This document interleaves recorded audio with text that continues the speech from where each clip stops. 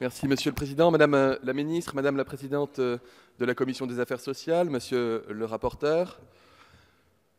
Je crois que c'est la 4e ou 5e fois qu'il m'est permis d'intervenir sur un texte qui parle de limiter la liberté d'installation dans notre pays. Ça a été dit d'ailleurs, il y a sur tous les bancs de cet hémicycle des gens qui ont été tour à tour favorables ou défavorables. Généralement, ils y sont favorables quand ils ne sont pas en mesure de prendre la décision, et ils y sont défavorables quand ils sont en mesure de l'empêcher. Mais est-ce que c'est pas... Attendez, chacun peut voir midi à sa porte. Est-ce que ce n'est pas justement... Collègues, nous écoutons l'orateur. Est-ce que ce n'est pas finalement la définition même de la fausse bonne idée?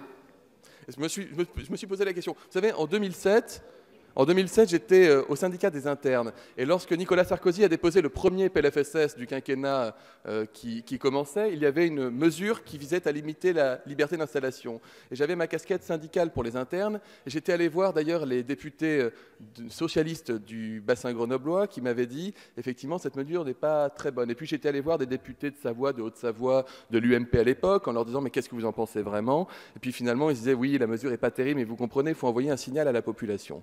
Est-ce que la fausse bonne idée, ce n'est pas justement le truc qui vous paraît être comme ça conceptuellement la bonne solution, mais qui en fait est inapplicable? Moi, ce que je crois, c'est que le conventionnement sélectif, ce n'est pas applicable et ça ne fonctionnerait pas. Le sujet d'ailleurs, ce n'est même pas de préserver la liberté d'installation.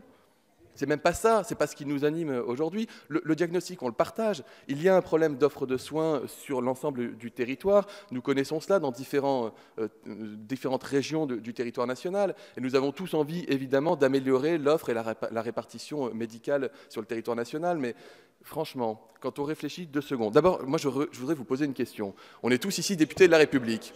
Est-ce qu'il y a un député dans cet hémicycle, mais c'est sans polémique, est-ce qu'il y a un député ici qui considère que dans sa circonscription, il y a trop de médecins généralistes?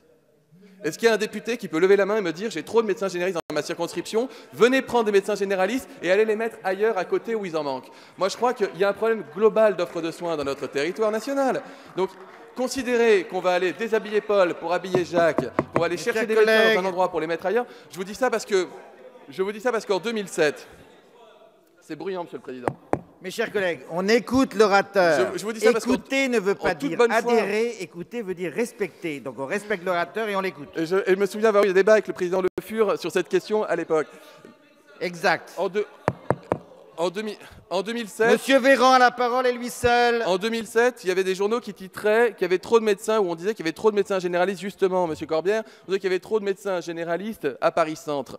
Et puis, il y a 2 ans ou 3 ans, le Parisien titrait « La zone Île-de-France et Paris-Centre est devenue un grand désert médical ». Moi, je suis député de Grenoble, une zone de CHU, une zone particulièrement attractive. Je peux vous faire la liste de quartiers et d'unions de quartiers qui se mobilisent à Grenoble pour essayer d'implanter des maisons de santé pluridisciplinaires parce que des médecins sont partis de la rue, des quartiers, etc., pour aller ailleurs. On a un problème global d'offre de soins dans notre territoire. Il y a un sujet de répartition, mais il y a un sujet d'offre de soins. Donc attention, parce que si vous allez dire aux médecins libéraux demain, écoutez, vous allez ouvrir un cabinet, alors déjà conceptuellement, vous allez ouvrir un cabinet libéral pendant 2 à 3 ans, vous allez monter une patientèle, vous allez vous mettre en lien avec des médecins, avec des professionnels de santé de votre territoire, puis dans 2-3 ans, vous irez ailleurs parce que vous aurez la possibilité de le faire. C'est ça qui est proposé aujourd'hui. Ce n'est pas quelque chose qui peut fonctionner. En pratique, ça ne peut pas marcher. Ce que vous allez faire avec cette mesure, c'est que vous allez dissuader... Monsieur Vigier, s'il vous plaît, nous écoutons. Ce que vous allez faire, c'est dissuader des médecins qui ont aujourd'hui encore envie, l'appétence de s'installer, et ils ne le feront plus demain. Pour citer Coluche, il faut faire attention à ce qu'on fait.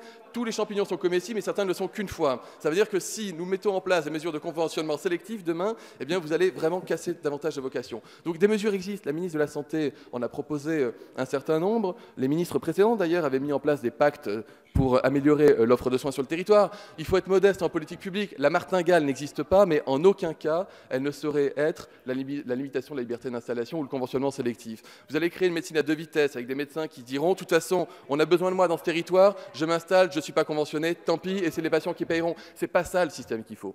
Donc il faut avoir une réflexion ambitieuse sur la démographie médicale. Il y a des propositions qui peuvent être faites sur ce sujet et nous y reviendrons. Il faut avoir une réflexion sur l'organisation des soins dans les territoires ruraux mais aussi urbains. Il y a les maisons de santé pluridisciplinaires. Il y a beaucoup de choses qui existent. Mais voilà, encore une fois, cette mesure de conventionnement sélectif, je pense que ce n'est pas la dernière fois qu'on en débat. personne ne peut dire que c'est la dernière fois qu'on en débat, ça reviendra, peut-être sous d'autres gouvernements, peut-être sous d'autres couleurs politiques, mais globalement, moi je pense qu'à nouveau, le diagnostic, on le partage, l'ambition politique, elle est sur tous les bancs. Tout le monde a envie de résoudre ce problème de la démographie, mais la solution, voilà, on n'opère pas quelqu'un qui a la grippe, il faut des solutions qui soient structurantes pour tous les territoires, et le conventionnement sélectif. En tout cas, le groupe majoritaire, je le pense, votera une motion tout à l'heure de renvoi en commission. Merci.